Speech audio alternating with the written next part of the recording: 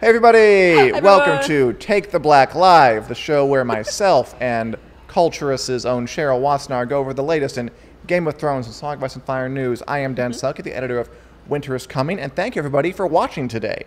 Hey, Emma says that it's a sunny and warm day in Northern Ireland. I take something of an aberration there, but I'm glad you are getting the heat. Hey, Chris, everyone else to join us, and thanks a lot. We have a lot to go over today. We Cheryl, do. a big week in Game of Thrones news, and let's start with a very happy story. For I'm once. I'm sure you guys know this. I mean, this is kind of a cool event, right? It It's so is. well timed. It is. It's Kit really Harington, who plays Jon Snow, and Rose Leslie, who plays Ygritte on Game of Thrones, got married in a lovely ceremony in Aberdeenshire, Scotland, in So a castle. cute. It really kind of is. Oh, look at them. Look at those big smiles. Ah, it's nice. It's just... Oh, warms the cold cockles of my heart. It's timed so well, isn't it? It It's is. like, what better way to mark the end of this kind of spectacularly violent and noteworthy show than by having two of its most prominent stars get married Yep. in a castle in Scotland. It just works. And nobody died. Nobody died. That was, of course, the catch of this. Although there were some fun memes going around. There were. A lot of people made jokes about it. I'm not the first one. Naturally.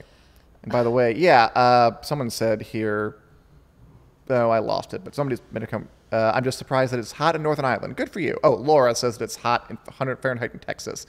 Yeah, that's where it's hot. Toasty. I wonder how hot it is in Northern Ireland. Anyway, hey, Kathy. Hey, Michael Douglas. Always happy. I love your work. Always happy to see you. And hey, Julie, and hey, Biangato. But yeah, it's really cool to just see that happen and an excuse for the cast to get together. One of the last times they will to celebrate what's been this historic show. It's just so nice to see that, like, they started their relationship on set. They got... Oh, that's so sweet. You know, and they've stayed together. They got married. It's apparently her family's castle. It is. Like, That's a nice perk. which is ridiculous, but also great. It's just so cute. It's a storybook romance with incest and dragons. Oh, then you made it sad. It's not sad. It's just textured. Anyway, I thought we'd ooh and ah for a second some of the people who attended the wedding. Of course, Game of Thrones cast members were there to see their two favorite, the two other castmates get wed. We got Sophie Turner and Maisie Williams showing up in some very high fashion looks, I think. I love that they went color coordinated with this. Did they? The red and black, I guess. Yeah. You know what? Together, they're in Targaryen colors. They are. Oh my God, they are. It's Maisie's spoilers. shoes match Sophie's blazer. Yep. Power blazer. Yeah, they look great. Yes, They're they like, do. They look amazing. They're becoming fashion icons. And again, just now that we're at the end, it's so fun to watch the people who were like really young at the beginning, who grew up and turned into these, you know, these professionals who are great at what they do, Right? and are powerful and have influence and can go make the world their oyster. It's just so cool It is. to kind of look back at this time and see what's all happened to the show itself and the people who have been on the show. I love it. And finally, I think we got Richard Madden, who turned up in a kilt. Kind of love that. Ah, yeah. I texted this photo to a friend of mine, just like, please to enjoy Richard Madden in a kilt. Because Richard Madden in a kilt. Well, actually, that's a question I might have. For you out there, too, anybody, kilts, yay or nay? It depends on the person wearing the kilt. Sure. It's a very... It's a very case-by-case basis. Sure. On kilts. You've got to be able to rock the look. He does rock the look. Okay, because I mean, like, not just anybody can throw that on and just have the confidence pull it off. Also, do you have any idea what that thing is called over the crotch? Is that the sporin? Is it?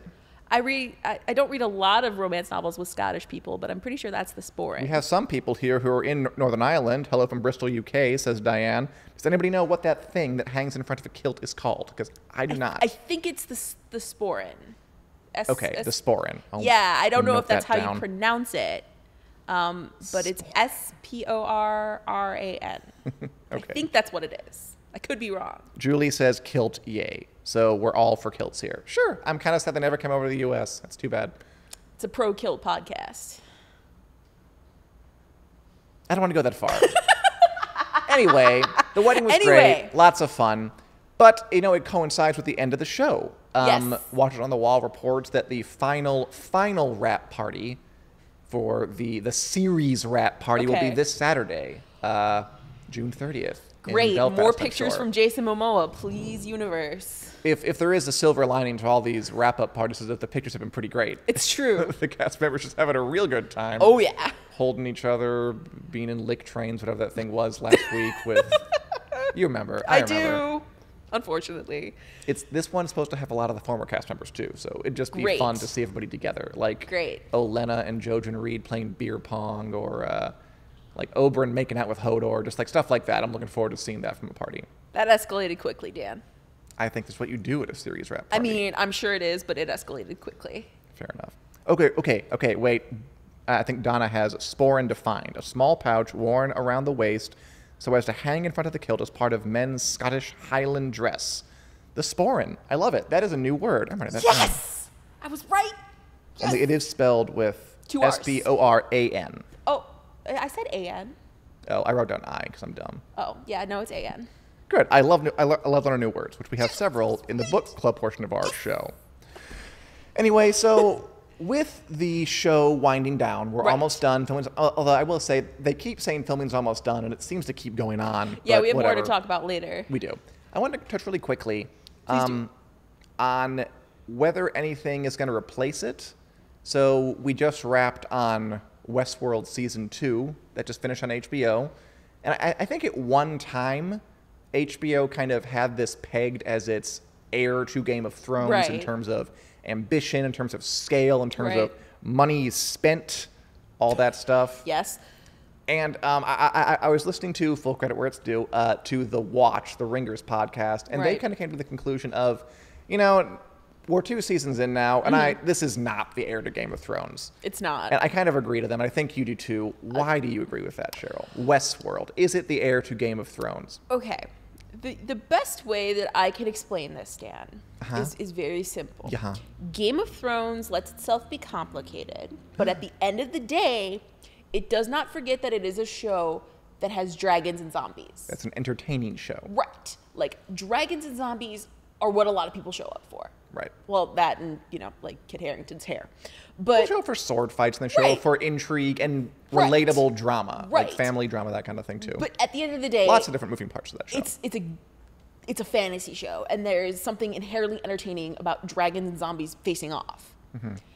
WESTWORLD, on the other hand, forgets that it's a show about killer robots.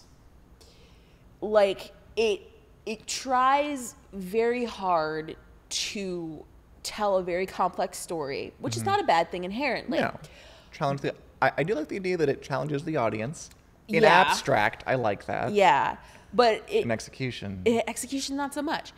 And WESTWORLD is so kind of in love with trying to be philosophy 101 that it forgets that there's killer robots. And killer robots are inherently entertaining as much as I love the score, I love the cinematography, I love the acting, I love everything about it.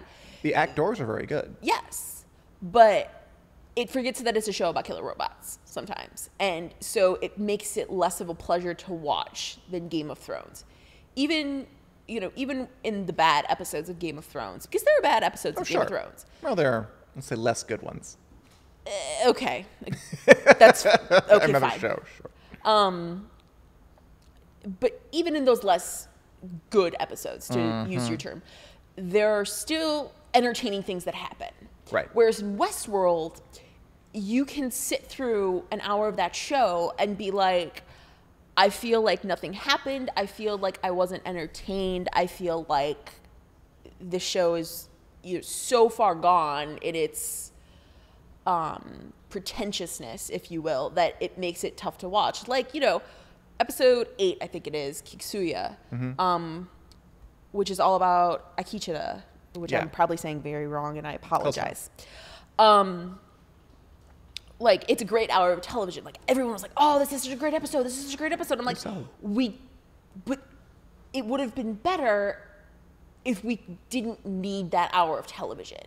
WESTWORLD is a slow enough show that we could have gotten all of this backstory put together, kind of strung together over season 2, but instead we have to devote an entire hour to telling it because we just didn't bother to in the other episodes of the season. So yeah, my TLDR on this is Westworld is too far pretentious sometimes. It's in love with its concept to the point where it cannot edit. I'd agree with that. We have a great comment here from Corey Thone who says, Westworld forgot that complicated doesn't mean clever.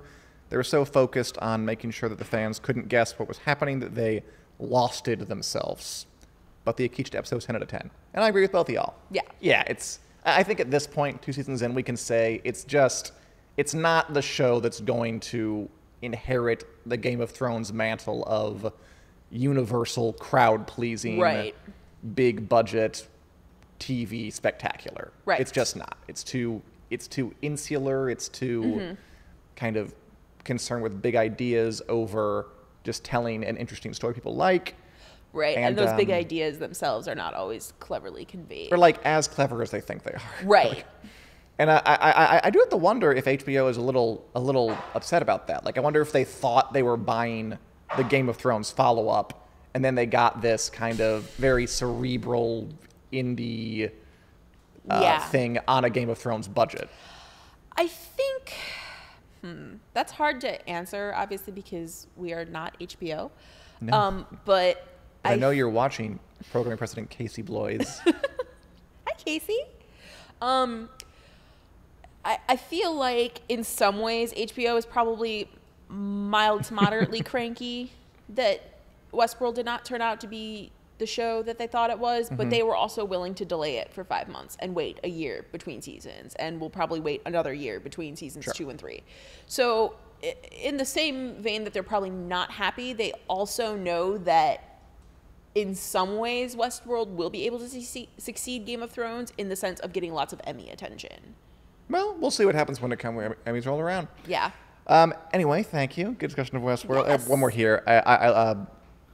Academy Award winner Michael Douglas says that Westworld is good, but you need pen and paper when you watch it, unlike Game of Thrones, where it's fun to follow along. Westworld is work, and I do kind of agree with that. Yes. You kind of have to. I mean, and the thing about Game of Thrones is you can get deep into it too, but you don't have to. Right. Like, you can enjoy it on the surface, or you can like go the extra layer and dig into all the families and the history and everything. Right.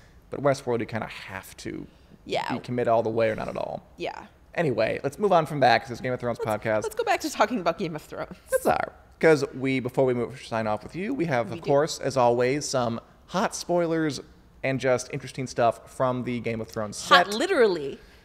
Very good. Hot literally, yes. It's wrapping up, but there's still plenty happening, especially on the King's Landing set in Belfast. We got some fun images here. And this is a spoilery kind of bit, so cover your ears if you don't want to hear.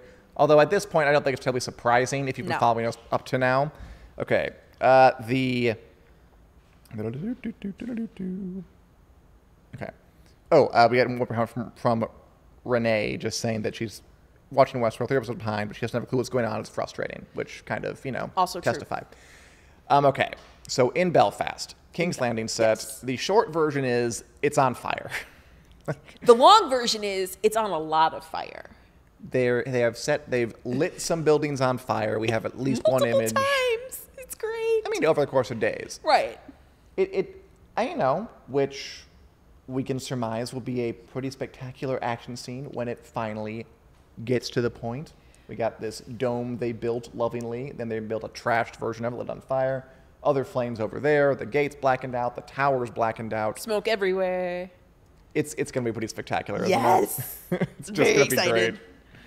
Oh, it's going to be great when we finally get to that point and whatever dragon is attacking it is going to look wonderful.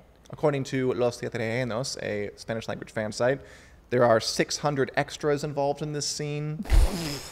Men, women, people of different races, all, which I guess tells us that it's not like a one army. Like usually when they have extras, we're going to cast Northern Army. It's like we need redheaded white guys who are between this and this height, or Dothraki, actually, you can tell. Right. If it's men, women, and people of all races, probably King's Landing citizens. Yeah. Fleeing like crazy, I'm sure, from whatever is attacking them.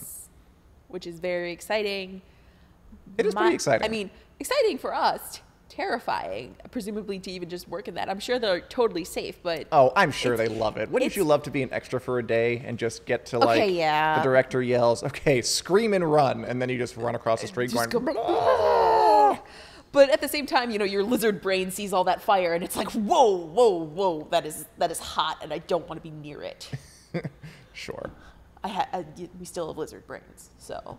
But no, that's exciting. I think the user who posted that photo, a red priestess who is very, very good at this thing. She is always on the case, taking pictures. She's the best. She said she thought that the flames were coming from the inside of the tower, of definitely. The tower. Yeah. So that's kind of making me wonder. That is interesting, actually. Yeah, it is actually, because, you know, if it's a dragon flying overhead, you'd suspect that it's burning from kind of the top down. But if it's inside out, that means that the dragon would probably have to land and shoot fire into the door. I wonder if it's like a mob just setting stuff on fire, or that was my theory. An invading army or something. That was my theory was basically, if it's a White Walker invasion, they're trying to scare him off with fire. Ooh, that'd be good. Yeah. It'd be really fun if, like, we're all thinking like it's a dragon, and it ends up just being people setting fire to stuff. I'd be very surprised. I'd be very pleased by that, because I wouldn't expect that. We've got you now. That'd be good. That would be good. All those citizens are very quick to turn violent. We saw that during Cersei's walk. True. They are absolutely an excitable people. Yeah. Maybe they do. That's exciting. Yeah. And Donna asked, "Is that the Citadel burning? Isn't that a dome?" And that is Donna, but it's pretty well documented at this point that this set is King's Landing. Just we've matched up the Red Keep wall and other things in the skyline. That dome is actually a replica of one in Dubrovnik. Yeah, which is, I believe it's St. Blaise's Church. Blaise's, yes. Which is it's on a B. It's on a B. You're right. It is. Which is the city that stands for King's Landing, in like the real life version of it. Right. And Daniel Smith doesn't want Game of Thrones to end. Yeah, well, nor do we all, but we all have to face it sooner or later. To everything, there's a season. Anyway, we also saw one quick other photo before we let you go, Cheryl. We did. So this is kind of embarrassing. A Ret Priestess took this photo of a kind of tower covered in stuff, furs and leathers. At first, I was like, I wonder what that is. Are they trying to build like a fortification from the cold? And then someone points out it's a siege tower, idiot. And I was like, oh, that's definitely what it is. It is definitely a siege tower. We don't know who built it. I'm assuming we're going to see it at King's Landing just by virtue of the fact that if you're going to build something like this, you basically build it where you are going to use it. It's very large. That city has walls. You build it to get in. So who built it is the other question. In universe, who built it? And the Northern armies, the Dothraki, the Unsullied. I actually guessed it could be the White Walkers. You think they would build? I guess they're capable of using tools, and we know that. They can use change to bring Viserion out of the depths. Exactly. That'd be fun. That would be cool and different. I don't know why they would build it, but it seems kind of haphazard enough that it might just be there. But I'm not sure. It is cool though. It'll be pointed out to me. I didn't realize this, that the reason you cover a siege tower in like furs is to keep it from being set on fire by the people who you're trying to invade. I've never heard that. Yeah, that's what explained to me, which makes a lot of sense. So you build a siege tower. It's made of wood. You know, back then you're not gonna get an iron one. It's flammable. Yes. And wood is flammable. Obviously, the people inside the city or castle you're trying to penetrate are going to want to stop you, so they'll try to set the thing on fire. You cover it in leathers and furs to stop that from happening. Wow. They were thinking back then. They were thinking. See, I teach you about sporins, and you teach me about how to build warfare. Sporins. I love that. Warfare. And good day, Julie. And no, there is no more word in the prequel, she asked. This is more of a ending of Game of Thrones focused podcast. Alas. But speaking of which, yes. As you sign off, Cheryl, we have put together a little video for you as we bring on Josh Hill for the next segment. Yowza. Went to Con of Thrones a few weeks back, and we asked a lot of people how they think Game of Thrones is going to end. We've edited some of their answers together in this delightful video presentation. Please enjoy. Please do enjoy. See ya, everyone. Adios, Cheryl. A lot of people are going to die. And I'm hoping Daenerys is obviously sitting on the throne when it all comes to an end. And hopefully Tyrion is advising her. Jon and Daenerys get married and sit on the Iron Throne, and then Arya kills Daenerys and takes her face. I've had a theory for a really long time that Daenerys is going to die in childbirth. Terrible feeling that Daenerys or Jon or both will die. But hopefully they both live and they can rule together. So that's my hope. So I want Tyrion on the throne. I'm thinking hopefully he's a secret Targaryen with his 2 different colored eyes and whatever. And him, Dany, and Jon, maybe? Dany's kind of like the cleansing fire that maybe scours away all the rot and prepares for the dream of spring. Jon may help plant that seed, but I don't think those people will be exiting stage left. Honestly, I just want the White Walkers to kill everybody because I don't think the humans are ever going to figure it out and get along and like just come together and fight them, you know? So I think they're just going to get steamrolled. There'll be like 1 or 2 small characters that get the happy ending, like maybe Sam and Gilly will end up in Horn Hill or something, who knows?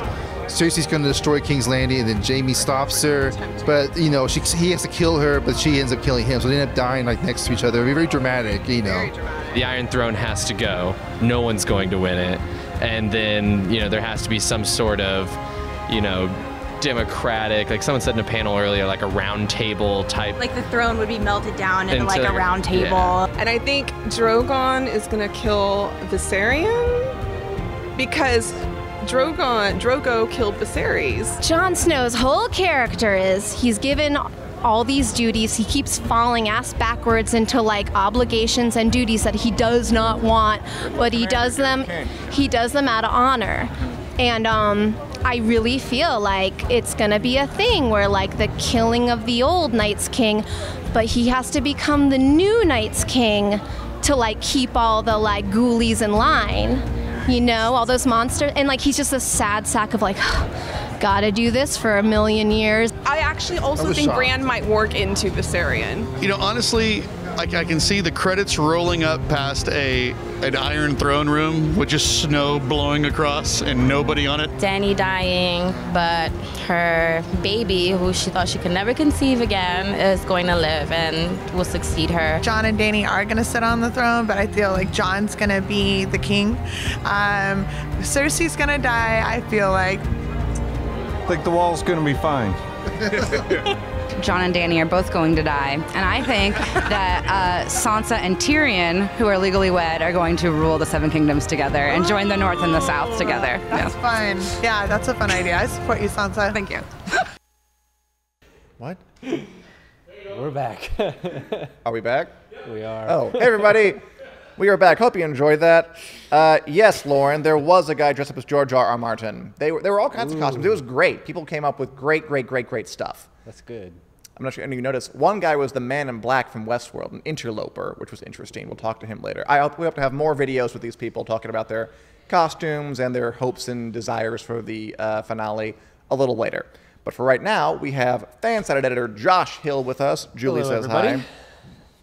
Hi, Julie. Hi. Who else is here? Everybody. We got Lauren. We got Emma. We got Biangato Green. I heard we have Michael Douglas. Emmy-nominated actor, Oscar winner Michael Douglas, producer of One Flew Over the Cuckoo's Nest. Was he really? Yeah. Back in the day? Oh, yeah. Oh, cool. God, he must have been like 30 or something then. Yeah. I think he was, yeah. You're very talented, Michael Douglas. Very talented. Anyway, we're here to discuss our A Song of Ice and Fire read-through on A Song of Dan and Josh. I've read the books multiple times. You've never read the books. We go through every chapter of the series, just picking it apart, see what makes it tick, and see what we think about it. Today we read Bran 6 from A Game of Thrones, still in the first book in the series, although we are making some nice progress here. We're not that far from the end. We'll be done this before we know it. And you've set up how wonderful the other books are so well that I just can't wait to dive into them. The other plus side is maybe I'm overselling that, and you'll be really great when you get there. But we still have 2 more of the core thing to get through, so we'll be here for a while. By Dan. Hey, I might have done you a favor if they exceed your low expectations. Anyway, Bran 6. Bran 6. This chapter is set in Winterfell. It's how would you describe what happens here? Hit me with your reaction to Bran 6 from A Game of Thrones. Oh, we get to see Rob again. We do. So Rob comes back. That's good. And this is kind of we talked about it in the weeks before, and also it's on the show. Big seminal moment where we get Sansa's letter being like, Ned's a traitor. It's all over. And then we also have, it's interesting that we have rumors and hearsay about what's going on in the South. So it's, we've seen in the book, or read in the book already, that word travels fast, because just in the last John chapter already we heard about all of these things. Yeah. And I don't know if it's that word travels fast, it's just that word travels, and he's choosing to jump ahead however many moments in time it takes to get there. Oh, yeah. And now, so John knew everything, and now we were in Winterfell, and it's the same kind of, conjecture. We don't know what's going on. There's rumors, hearsay, all this kind of stuff. And they only know what they hear. And it's chaos because it's their dad. So yeah, of course they're upset about it. And I like that when Robb receives the letter, he's taken in. He says like, "What is wrong with her? How could she be saying this?" Which again kind of lends credence to what happens in season 7 when Arya finds the letter and she is again angry. Yeah. So it makes some sense. By the way, Emma says she started reading the books. Hooray, Emma! Read along with us. Catch up to Bran 6 in Game of Thrones, and we can read along together. Yeah. Anyway, no mention of Arya either, because you talk about Arya seeing it, we don't get a mention of Arya. Which Sansa didn't write about her at all, which is another just... sour grapes. You know what? They should have mentioned that in the show. Arya should have been like, why'd she mention me in this thing? That's really why she's upset. Possibly, but we didn't get that. That's how Game of Thrones Anyway, Robb is an interesting case because, again, we talked about this before. He's not a point of view character, but he's an important character. And the way Martin deals with him, he has this conceit, right? He talks about him as if he's like two people. Yeah. He talks about him as Robb the Lord. Like Bran has this bit where he asks if he can leave the castle to walk around the town, which is being crowded with all of Robb's bannermen, because basically Ned's in prison. So what Robb's done is called the lords to come here and amass an army so we can go free him. So the castle is crowded as hell, as is the town. And Robb tells him no. And Bran says he was using the voice of Robb the Lord when he said it. Bran knew that meant there was no appeal. And then later, Robb seemed half a stranger to Bran now, transformed, a lord in truth, though he had not yet seen his 16th name day. Even their father's bannermen seemed to sense it. So there's this idea that Robb, even though he's very young, he's been given this responsibility. Yeah. And he's kind of turned into a different person. He's turned into like a more authoritative person, like kind of turned from a kid into a man. Yeah. But then he comes in later to Bran and he just talks about how scared he is of all the Lord's bannermen, about how creepy a dude Roose Bolton is, which Roose Bolton, quietly introduced here, who will eventually stab Robb at the Red Wedding. Yep. So there's this duality thing where Robb is Robb the Lord on the one side and then just Robb Stark, 15-year-old whippersnapper on the other. What do you think of that kind of portrayal, that tactic of portraying Robb? You know, we've seen it before, you know, in different movies and different books. Yeah. It's the old trope of kid goes off to war and all of a sudden he's got to deal with, you know, dead bodies and situations in which no young boy should ever be in, and he's got to grow up fast. Yeah, like you grow said, up fast. The boy becomes a man. Is the cliche, yeah. Yeah, that's the cliche. Which, I mean, it's borne out, though. Yeah, it is, but what I like about what George R. R. Martin did here is it is the duality. He doesn't just... When you have those stories, it goes one way or the other. It goes either you don't mature in the situation and you just stay a child, or you grow up too fast and now you're a grizzled 13-year-old who's seen things in life. You know, you've seen the 1,000-mile stare that he's got. So, but here Martin kind of goes back and forth where Robb's not really losing that, and it makes him an intriguing character from a leadership standpoint in that we just watched Ned, who is dug into one perspective, go down a certain path. We also have, to some extent, Daenerys, who's dug into one perspective. And you've got Robb here, who's kind of playing it on both sides. Even Jon, who's of kind of the same age here as Robb. Yeah, same age as Robb. And he's north of the wall, and he's more and more and more going to the wall, you know, to the Night's Watch and that kind of stuff. The grizzled side. I mean, we had that thing last week where Jon had the line about I was so green back then. Yeah. Where he's like he's not as grizzled as he thinks he is. No. And I think Robb's kind of having a similar thing, where he's having to put on the face of the kind of together leader. But inside, he's still 15. He's still, like, not really ready for this jelly, if you will. I gotta tell you, though, I'm not a huge fan of just, I don't know, like, I'll call it the conceit of the, like, dual Robb. Like, in the show, they kind of smooth it out. He's just one guy. Yeah. He's not, like, two people, but they go this direction here. And interesting to mention Ned about digging in. I want to ask you, there's this bit in here where Bran and Maester Luwin basically tell Robb, okay, so I realize that Ned's been arrested. We got to go help him. Yeah. You don't have to go yourself. You can send a guy to manage your army. And Robb kind of responds with, my lord father would never send men off to die while he huddled like a craven behind the walls of Winterfell. So he's saying, I have to go myself. Now, to me, I look at that and I see maybe he's kind of hewing to Ned's way of thinking. You do the honorable, the right thing. Yeah. Now, we know Ned dies. We also know, going further ahead, that Robb dies eventually. Hey. Also because, and I feel like looking at this, it's part of the reason why. He's still sticking to that. He's still sticking to, I'm going to do things the right way. I'm not going to be a coward and hide more. I'm going to go and lead these guys myself. Yeah. Maybe it would have been smarter to send someone in his place. What do you think of that?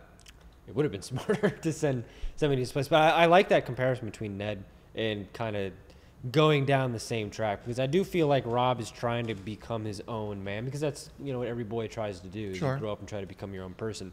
And yet he's still making the same mistakes that his father made, that are going to be fatal for his father, that are going to be fatal for him.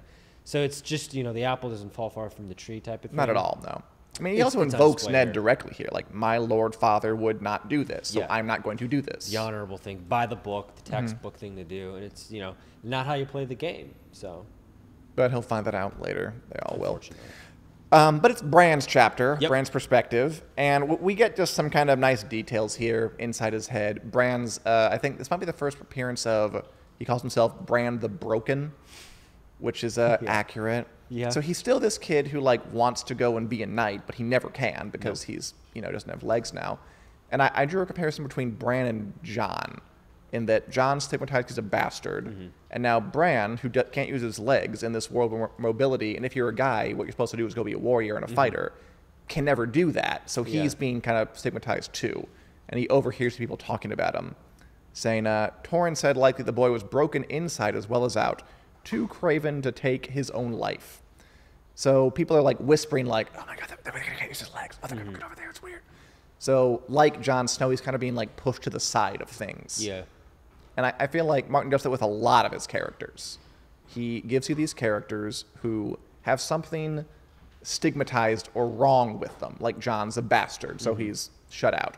Bran's a cripple, so he's shut out. Yeah. Daenerys is literally an exiled princess over on the other side of the thing. Jaime loses a hand, so he can't fight anymore. Tyrion's a dwarf. Tyrion, yeah. And then, you know, a lot of the female characters are just by being female, you're kind of shut out of a lot of opportunities in this world. And then he follows them as they find ways around that. I think that's a strategy he uses a lot. Yeah. And this is how he's going to do it with Bran. Yeah. Bran the Broken. And I do like that, too, like the deconstruction of your own characters. Like, that's what's always so fascinating about...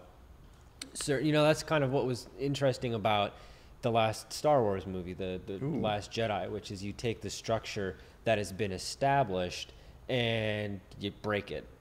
So you've got this, you're used to the Star Wars movies going X, Y, and Z, but now we're going to go, actually, we're going to jump back to E. Let's throw in a 2. Let's like smear some purple on here. It's like this. It's like, what's happening? This isn't supposed to be the way that things go. And I like that we've taken characters like Bran who are on a trajectory and kind of cut the trajectory off in the middle and be like, okay, so what's going to happen now? Because the character doesn't stop existing. You know, Bran doesn't cease to exist on the page because his legs cease to work. I mean, now it's an obstacle. He gets more focus. Yeah, so, and that's always what's so interesting to me, because it feels like, you know, the Daredevil thing where he's blind, so now he's the hearing. He's super powerful. Yeah, super powerful hearing. Or in like the Ben Affleck movie, he can see things like a bat or something like that. But like, that's what's so Jennifer interesting. Garner's face in the rain. Yeah, right. But that's what's so interesting, because you're unlocking deeper levels to these characters, and you're potentially putting them on different paths that are, in Bran's case, as we've seen, probably infinitely more interesting than it would have been if he would have just been another Jon or been another Robb. Sure. He's got his own thing now. It came at the price of his legs, but that's kind of, I like it when that happens to characters in stories like this, because it makes them more interesting. I agree with you completely. I mean, what's more interesting? You'll notice that Martin doesn't have a Robb POV chapter, because Robb's, in a way, he's too ordinary. Yeah. He's like, he's the prodigal son who does the right thing and doesn't have a ton of conflict. Oh, he does have some, we talk about conflict.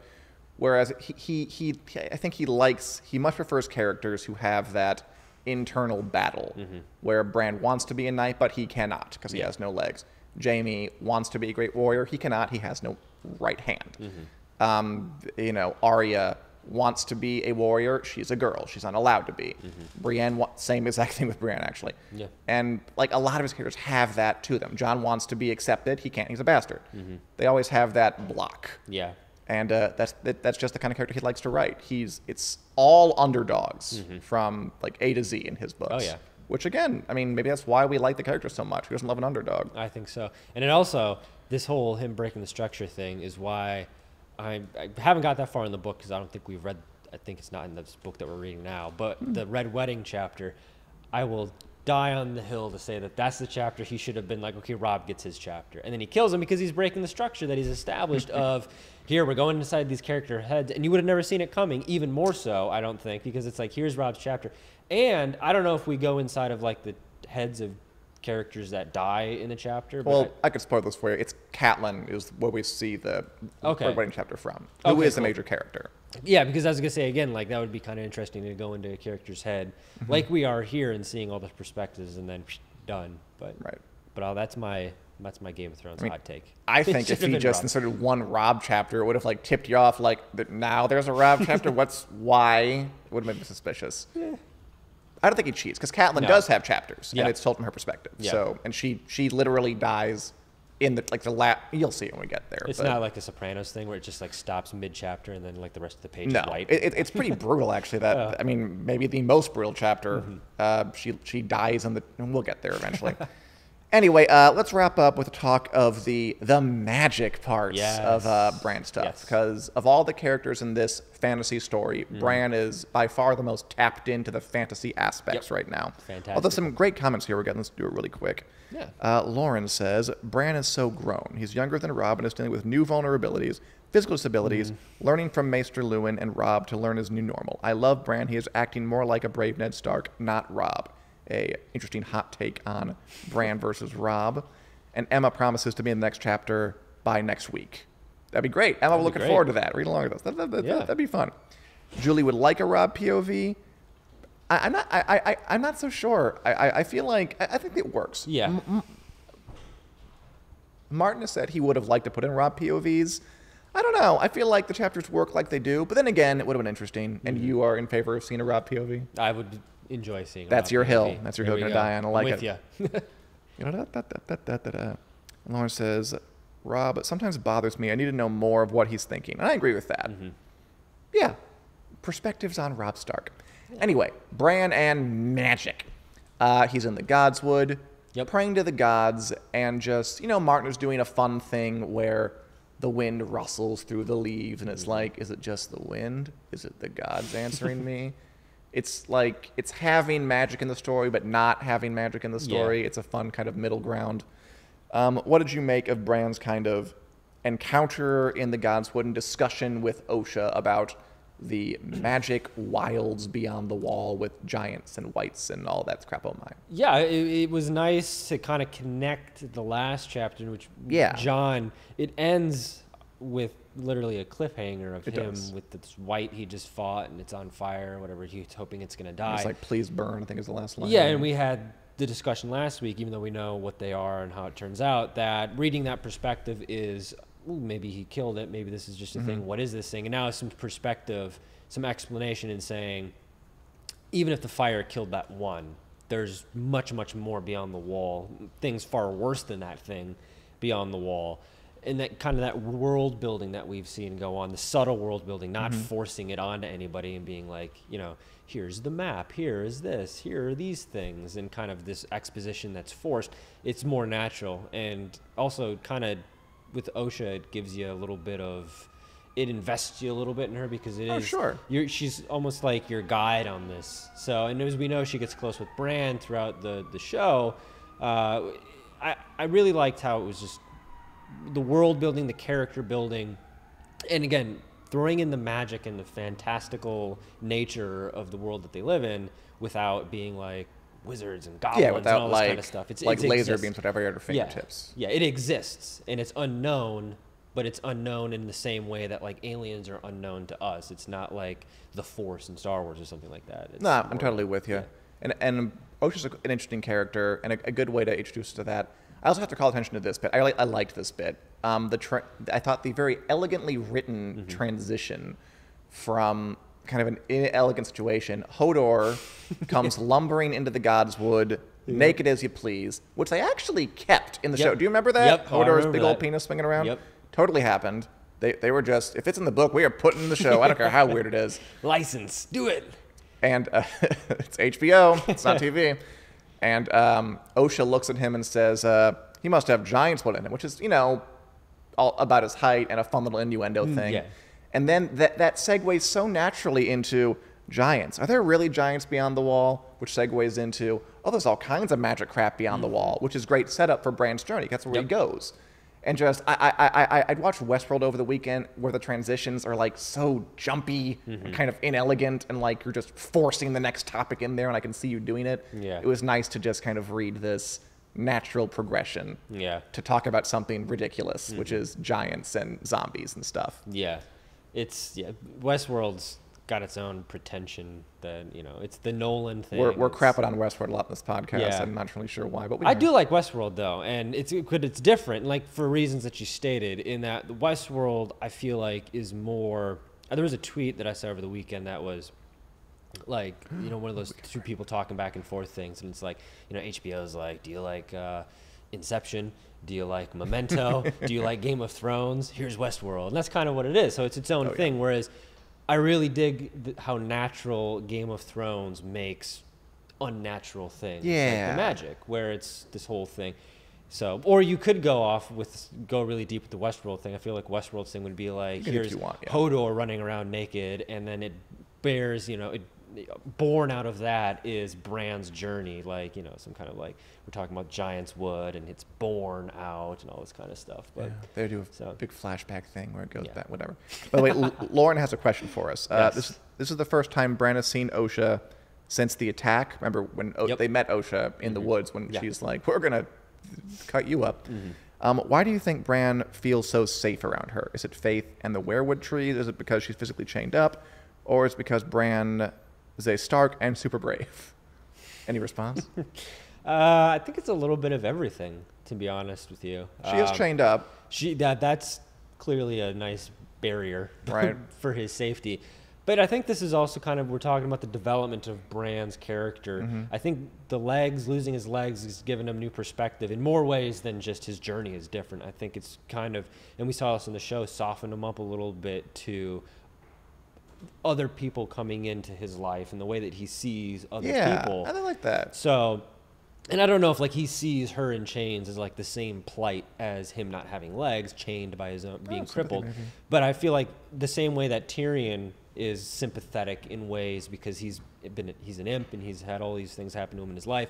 I think Bran is starting to go down that path as well. And I also think he has the foresight to see he needs people. He needs to have allies, and he's not going to be a warrior. He's not going to have warrior buddies like he'll Ned. need folk in his corner. Yeah, he's never going to have a Robert like Ned has, who he's been to battle with. He's going to have to find people who are on his side, because he's brought them over by himself. And I think this is maybe the start to that, which knowing what happens maybe is being sure. But no, I like that a lot, that he's open to other people because of he's stigmatized and sort of isolated right now. Yeah. Rob's dealing with her stuff. He has no time for him.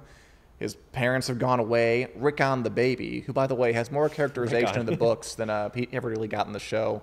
Didn't he show up in one season and then he just showed up again to die? He didn't have a single line in his final season. He didn't say one thing. He just showed up to die. I mean, it still worked. I mean, I still love that scene where he runs across and Ramsay shoots him, which, by the way, has not happened in the books. I don't know what's going to happen in the books. That's beyond it. Whole Battle of Bastards not happen in the books. It'll probably something like that will happen, but beyond the books, beyond the wall, beyond the books. But yeah, we don't know what Rickon will do in the books. But he punched old Nan. Yeah, that's what it says. He'd refused to eat, cried and screamed for most of a night, even punched old Nan when she tried to sing him to sleep. The next day, he'd vanished.